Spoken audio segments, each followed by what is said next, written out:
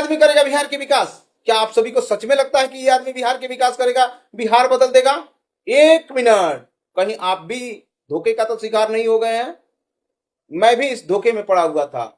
मैं भी बहुत उम्मीद लिए इस व्यक्ति के पास गया था कि वो व्यक्ति हमारी बातों को सुनेगा।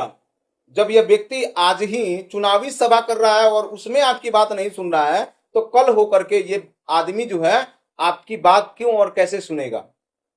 क्यों सुनेगा आपकी बात? क्यों लगता है आप सभी को कि ये नेता भी उन नेताओं की तरह झूठ नहीं बोल रहा है, जुमलेबाजी नहीं कर रहा है? मैं बड़ी उम्मीद के साथ गया था, मैं अपने लिए नहीं गया था इनके स्टेज पर। मुझे कोई जरूरत नहीं है जन सुराज की, किसी भी पार्टी के समर्थन की या किसी भी पार्टी के लोगों के समर्थन की जरूरत नहीं है मुझे। मैं अपने लिए नहीं गया था। वहां जो प्रोग्राम हो रहे थे कुड़िया कोठी ग्राउंड में, जहां इनकी जनसभा हो रही थी, उस जनसभा के स्टेज के मात्र 10 कदम दूरी पर एक विद्यालय है, प्राइमरी विद्यालय, सरकारी प्राइमरी विद्यालय, जो सरकार के आंकड़े में, केंद्र सरकार के आंकड़ा बता रहे हैं, यू डैश आप खोलेंगे और यहाँ जो मेंशन है यू डैश, उस पर आप देखेंगे तो वहां आपको उस पेपर में उस स्कूल का पक्का बिल्डिंग नजर आएगा, 5 रूम नजर आएंगे, वहां टॉयलेट नजर आएगा, वहां उस विद्यालय का हर वो चीज नजर आएगा जो वहां इंप्लीमेंट किया जा चुका है। लेकिन जब आप वहां धरातल पर जाएंगे तो बात सीधे उसके उलट है। टूटही मगड़ई में चलता है विद्यालय, बच्चे बच्चियां और कुछ शिक्षिकाएं भी हैं। वहां टॉयलेट की सुविधा कैसी है वो आप वीडियो में देख पा रहे होंगे। कैसी टॉयलेट की सुविधा है, कैसे सरवाइव करते होंगे शिक्षक, कैसे सरवाइव करती होंगी बच्चियां।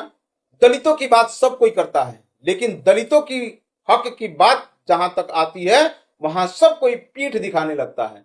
वैसे आज प्रशांत किशोर ने भी वही किया जो पूर्व की भांति सभी नेता करते आए हैं। मैं बड़ी उम्मीद के साथ वहां गया था, सिर्फ इतना कहने के लिए कि सर आप इस स्कूल के बारे में कुछ बोलेंगे तो शायद हमारे जो दलित भाई हैं, उनके जो बच्चे उस स्कूल में पढ़ते हैं, उनके लिए भी पक्का बिल्डिंग कहीं बन जाए, शायद से, जो कहीं कागजों में दफन है, कहीं ऑफिसर के कुर्सियों के नीचे दफन है।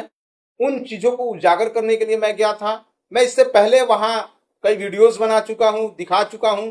इससे इम्पैक्ट नहीं पड़ा है तो कहीं हो सकता है कि एक बड़े नेता के पास मैं जाऊंगा और अपनी बात को रखूंगा तो शायद ये बात बहुत बड़ी बात बनेगी और उस बात को प्रशांत किशोर जी सुनेंगे और समझेंगे और उस मुद्दे को उठाएंगे जो वहां कहीं कागजों में दफन है, जो वहां पक्का बिल्डिंग तो दिख रहा है सरकारी आंकड़े में, केंद्र सरकार के सरकारी आंकड़े में, लेकिन वहां धरातल पर भाई आप सभी भी जाइएगा तो आपको आंसू आ जाएंगे। वहां टूटई मड़ई है, वहां टॉयलेट की सुविधा नहीं है, वहां पानी की सुविधा नहीं है। वहां दिखाया गया है कि ऑल वेदर रोड कनेक्टिविटी, वहां दिखाया गया है एक बढ़िया टॉयलेट, वहां दिखाया गया है पीने की पानी की सुविधा। वहां बहुत सारी ऐसी चीजें दिखाई गई हैं जो वहां जाइएगा तो सिर्फ टूटई मड़ई के अलावा कुछ भी आपको नजर नहीं आएगा।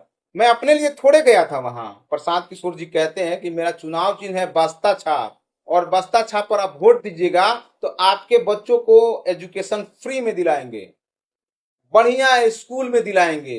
प्राइवेट स्कूल की भी जरूरत पड़ेगी तो प्राइवेट स्कूल में भी आपके बच्चे पढ़ेंगे, लेकिन वहां फी नहीं लगेगा, सारा खर्चा जो है सरकार उठाएगी।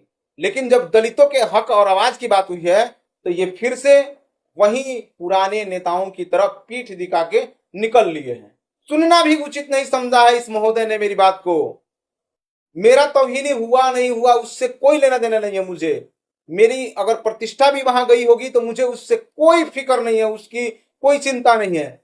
बस वहां जो विद्यालय कागजों में दफन है वो विद्यालय बनने की आवश्यकता है, वो विद्यालय बनवाने की आवश्यकता है, उस विद्यालय के लिए लड़ाई लड़ने की आवश्यकता है, जहां प्रशांत किशोर जी मेरी बात को इग्नोर करके निकल गए। आपको वीडियो कैसा लगा? हमने गलत किया, सही किया, मर्जी हो तो आप मेरे कमेंट बॉक्स में आके मुझे भरपूर गालियां दीजिएगा, कोई दिक्कत नहीं है। लेकिन मैंने जो आवाज उठाई है, जो बात कही है, वो कहीं गलत नहीं है। मैं वहां इसीलिए गया था कि शायद प्रशांत किशोर जी मेरी बात को सुनेंगे तो ये मामला जो है ये बड़ा होगा और बड़े बड़े अधिकारियों तक पहुंचेगा। तो हो सकता है कि ये जो कागजों में दफन चीजें हैं वो छनकर बाहर आएंगी और जो लोग दोषी हैं उन पर कार्रवाई होगी और वहां विद्यालय बन जाएगा। बाकी मेरा प्रयास कैसा लगा कमेंट सेक्शन में जरूर अपनी राय दीजिएगा। जय हिंद, जय बिहार।